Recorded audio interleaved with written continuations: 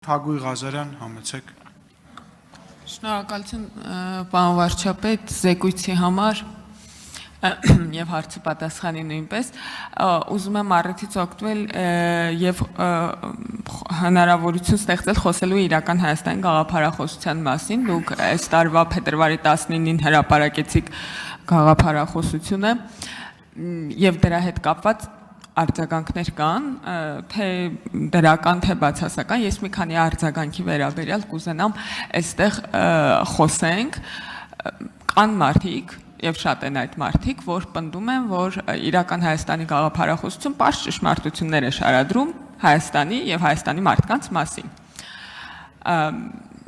Եթե համամիտ եք դրա հետ կամ համամիտ չեք, կուզեմ դրան արձագանքեք եւ ասեք ինչու առաջացավ այդպիսի փաստաթուղթ գրելու անհրաժեշտությունը, որը օրինակ մարդիկ կարծում են, որ պարզ ճշմարտություններ է շարադրում, հա, Հայաստանի տարածքի մասին, որ մարդիկ ուզում են լավ ապրել եւ այսպես շարունակ։ Մի ուրիշ թեմա էլ կա, մեկ գաղափարախոսության դոմինանտության ընդհանրապես քաղաքացիական պայմանագրի գաղափարախոսություն չունենալու վերաբերյալ կամ իզմեջ չունենալու վերաբերյալ մեր նախորդի վարված հայտարարությունները եւ ինչպես է այս գաղափարախոսությունը համադրվում այդ իզմեջ չունենալու տրամաբանության հետ մի ուրիշ քննադատություն էլ կա քաղաքացիների կողմից, որոնք կարծում են, թե մեկ գաղափարախոսության դոմինանտությունը պետությունում կարող է հակել ավտորիտարիզմի, սրան մենք ինչպես ենք արձագանքում եւ եթե նպատակահարմար կգտնեք նաեւ խոսեք այն մասին, թե որքանով եւ ինչ ծավալով է այս փաստաթուղթը առնչվում սահմանադրած մի քիչ չպլանավորված եւ ես ինքս արդեն տարբեր ֆորմատներով առնվազն 4-5 շատ հանդիպումներ եմ ունեցել։ Ինչ եմ ուրախ, որովհետեւ եթե այդ ֆորմատները չլինեն, ես այսօրվա իմ ելույթի գոնե 70-80%-ը նվիրելու էի այդ թեմային, բայց քանի որ հիմա տարբեր մարզերում նույնիսկ ապրիլին, մայիսին, հունիսին գրեթե ամեն շաբաթ պլանավորված քննարկումներ կա, տենց ստացվեց, որ կրթվելը նորաձև է շարժման հետ տենց ինչ որ մի հատ բան սիներգիա ձևավորվեց, դա հնարավորություն տվեց ինձ այսօր խոսել այլ թեմա, ոչ պակաս կարևոր թեմաների մասին։ Ինչի է առաջացել իրական Հայաստանի գաղափարախոսության անհրաժեշտությունը։ Մի պարզ բանից, որ ես ինքս եւ մենք կարծում եմ ինքներս մեզ հարց են տվել, եթե մեր ճշմարտությունները, ընդ որում ես ասում եմ մեր ասելով հասկանում եմ Հայաստանի Հանրապետության ժողովրդի եւ հայ ժողովրդի մենք բոլորս համոզված ենք, չէ, որ մեր ճշմարտությունները անառարկելի ճշմարիտ են։ Եթե մեր ճշմարտությունները անառարկելի ճշմարիտ են, եւ մենք հետեւականորեն գնում ենք այդ ճշմարտությունների հետևից, խորապես համոզված լինելով դրանց անառարկելի, անբեկանելի լինելու մեջ, ինչի է դեպքում այս չի ստացվում, այն չի ստացվում, այն չի ստացվում, այն չի ստացվում, այն չի ստացվում։ Կարող է այնուամենայնիվ մենք ինչ որ մի բան այդքան էլ լավ չենք ընկալում։ Կարող է այնուամենայնիվ մենք ընկել ենք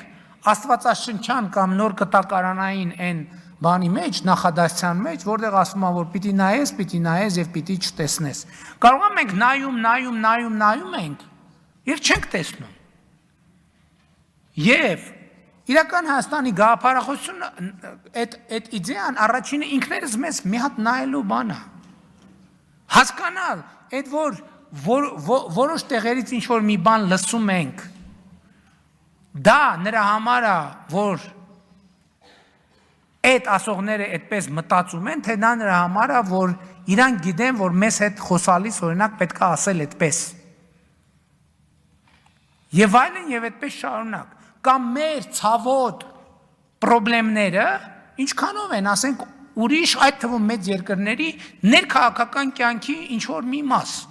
որ ուղղակի կարող է այնտեղ 1%-2% ձայնի թեմա լինի եւ այդ բանը, այդ ձայնի թեմաների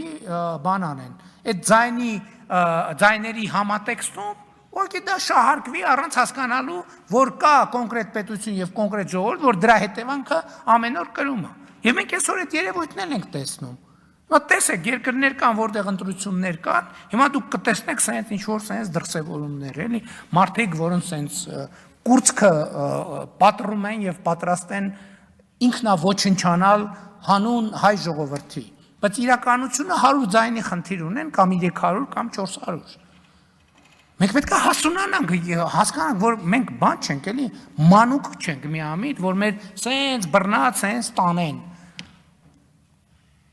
Եվ դա դրա հետևանքն է։ Ես մեր շատ միջազգային գործընկերներ եմ ասել, հիմա հաջորդ անգամ մարդիկ կան, որ տենամ ավելի կոպիտ եմ ասելու։ Ասելու եմ, որ դուք մի քանի բանի համար, ձեր մի քանի 100 ձայն ավել ստանալու համար, ուղղակի բան եք անում, մանիպուլացնում եք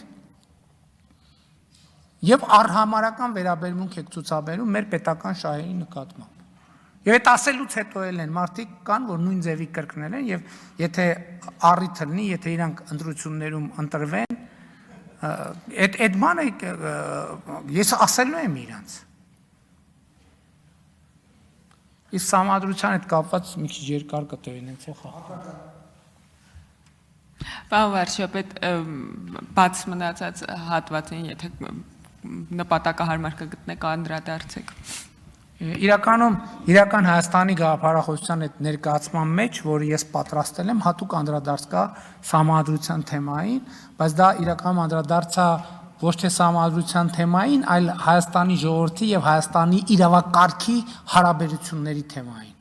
Եվ Հայաստանի ժողովրդի եւ պետական իրավակարգի հարաբերությունների թեմային, ու իմիջիալոց ասեմ ձեզ, շատ հետաքրքիր է, որ իրական Հայաստանի գաղափարախոսությունը այս հանդիպումների ընթացքում ինքը զարգանում է։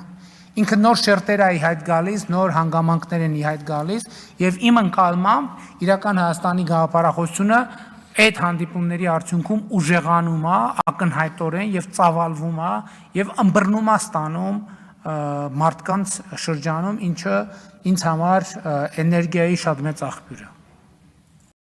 Չմոռանաք հավանել տեսանյութը եւ բաժանորդագրվել Civic AM-ի YouTube-յան էջին։